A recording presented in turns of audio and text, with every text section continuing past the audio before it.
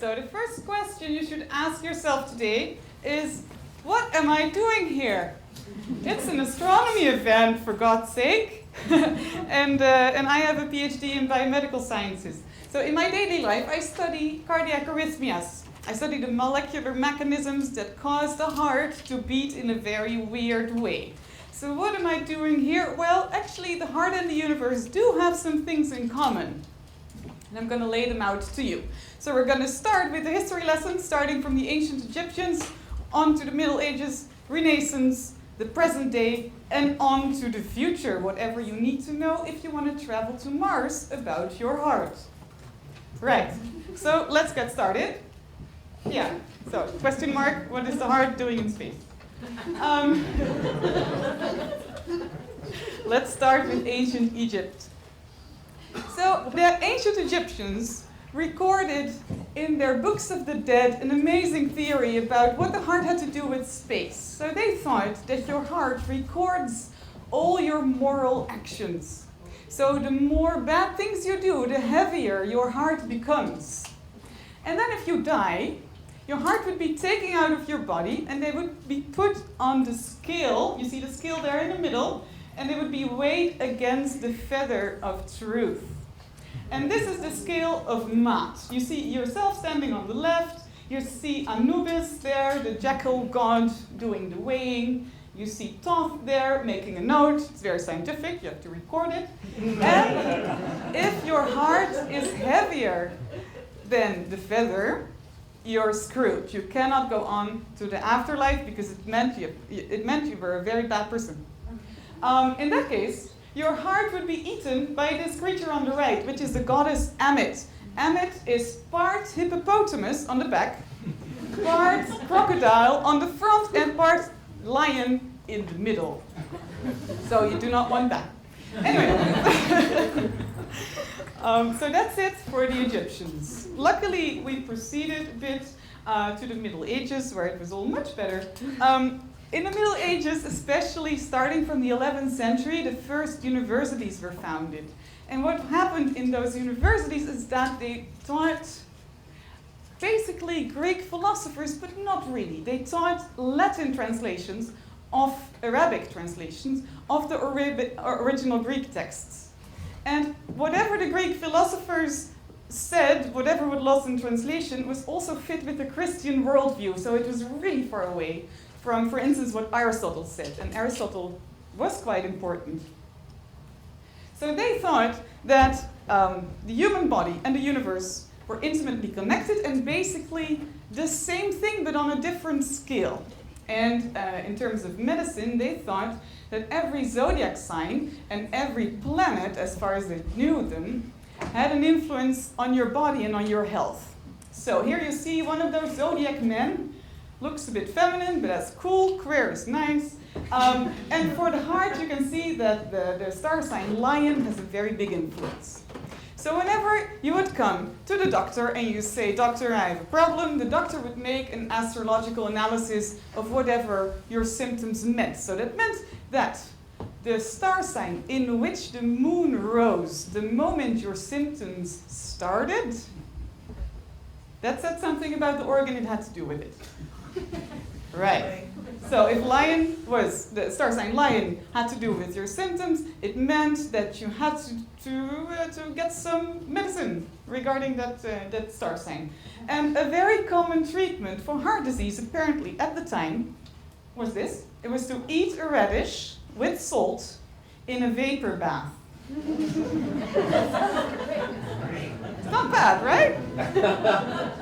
It's actually not, no, if you think about it, it's actually not bad. Because a radish is healthy, it has vitamins, vitamins are nice.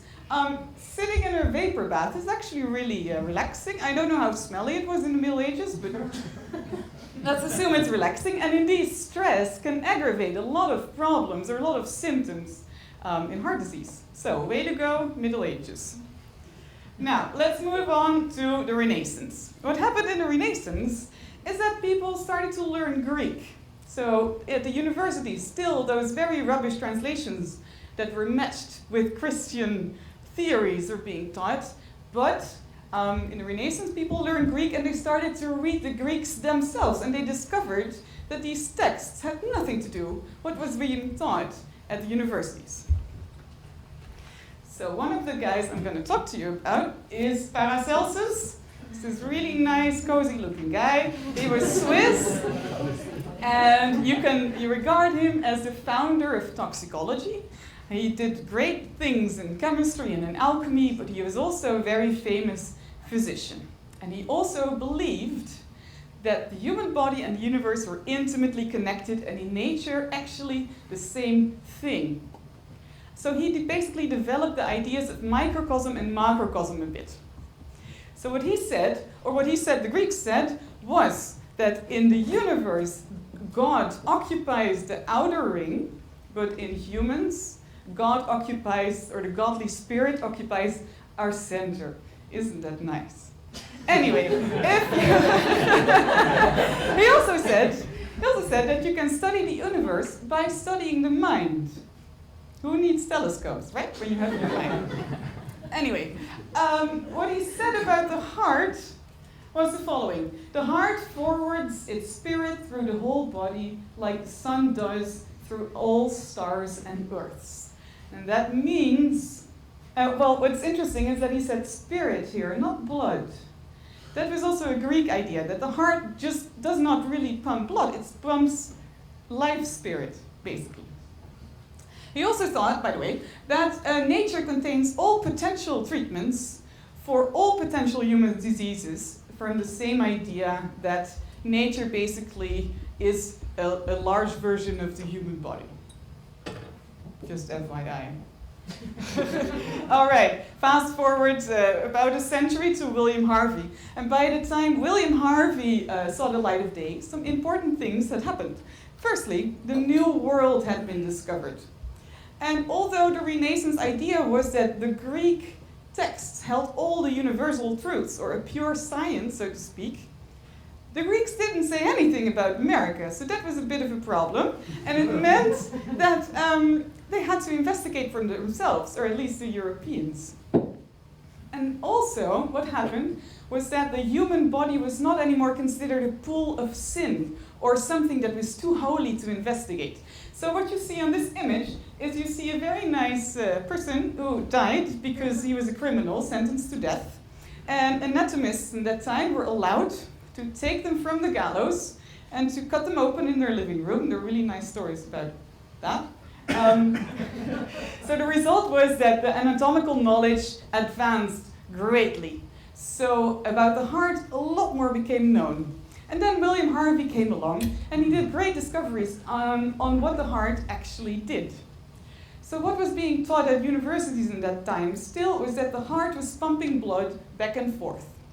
And William Harvey said, no, wait a minute, that's not true. The heart pumps blood around in circular motions. So you have the small pulmonary circulation, and you have the big systemic circulation.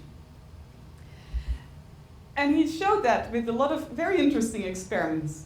And therefore now we, from our modern perspective, say, thank you, William Harvey, you're such a modern, fantastic, brilliant, modern man. But actually he wasn't.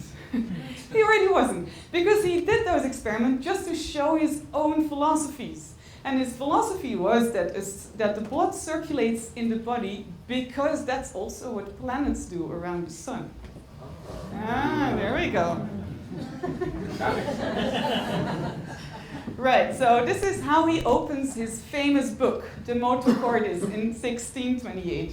The heart of creatures is the foundation of life, the prime of all, the sun of their microcosm, on which all vegetation, etc. Likewise, the king is the foundation of his kingdoms, and the sun of his microcosm, and the heart of his commonwealth. So again, the macrocosm idea that the heart and the sun and the king are basically exactly the same things. Needless to say, he was a very big fan of King Charles I. He was also his personal physician. So, okay, that's it for history. Let's move on to the present. Luckily, if you go to your cardiologist now, she or he will not ask you what your astrological sign is, which I think is nice. But there are some things that your heart still has to do with the universe that I'm going to talk to you about. And the first thing is going to be very obvious, is that we're actually all made of stardust. It's very cute. No, but it's real. It's real. Of course, I mean, the astronomers in the audience can tell you more about that, but all the heavy elements are formed either in stars or in supernovas, and every year about 40,000 tons of cosmic dust falls on Earth. And at the same time, our bodies, our cells, keep dividing or dying or dividing, and the matter has to come from somewhere. In the heart, of course, our cells don't divide as fast as, for instance, our skin or our intestinal lining, but still, when you're 50, around half of your cells are new compared to when you were born. So it means that the matter in our body is a mix of everything that was, of elements or matter that was created when the universe was created, and of relatively new cosmic dust that maybe fell on Earth, I don't know, like 100 years ago. So think about that next time someone asks you how old you are. That's a tricky question. Very tricky. There are some other things you have to know about, not about the present anymore. Let's move on to the future. If you want to go to space, for instance, if you want to colonize Mars, if you're friends with Elon Musk or the moon, there are some things you have to know about your heart, because you should not be too naive about this. First thing, if you look at the mortality rate of astronauts who went to the moon, 45% of them died of cardiovascular disease. I'm very sorry to say that. That's the graph, the bar on the right. It's much higher than the US population that is about ace match, and it's even higher compared to the astronauts who did not go that far from the Earth magnetosphere. That's probably because the irradiation in space is much higher, and from that your vascular endothelium suffers a lot. So it's not really a direct effect on the heart, as well as like a indirect effect on your endothelial cells. And there are some other things you need to know. If you travel to 0G or close to 0G, your heart... Huh? What's the sample size of this? That's a very good question. Are you a statistician? No, but I do. Okay. I find out like at the moon, or how many people were on the moon? I don't remember the exact number, but I think it's 30 to 50 people that went to the moon that were on the Apollo missions. Yeah, so maybe the power is not super high, but at least if you want to increase the sample size, you're welcome to join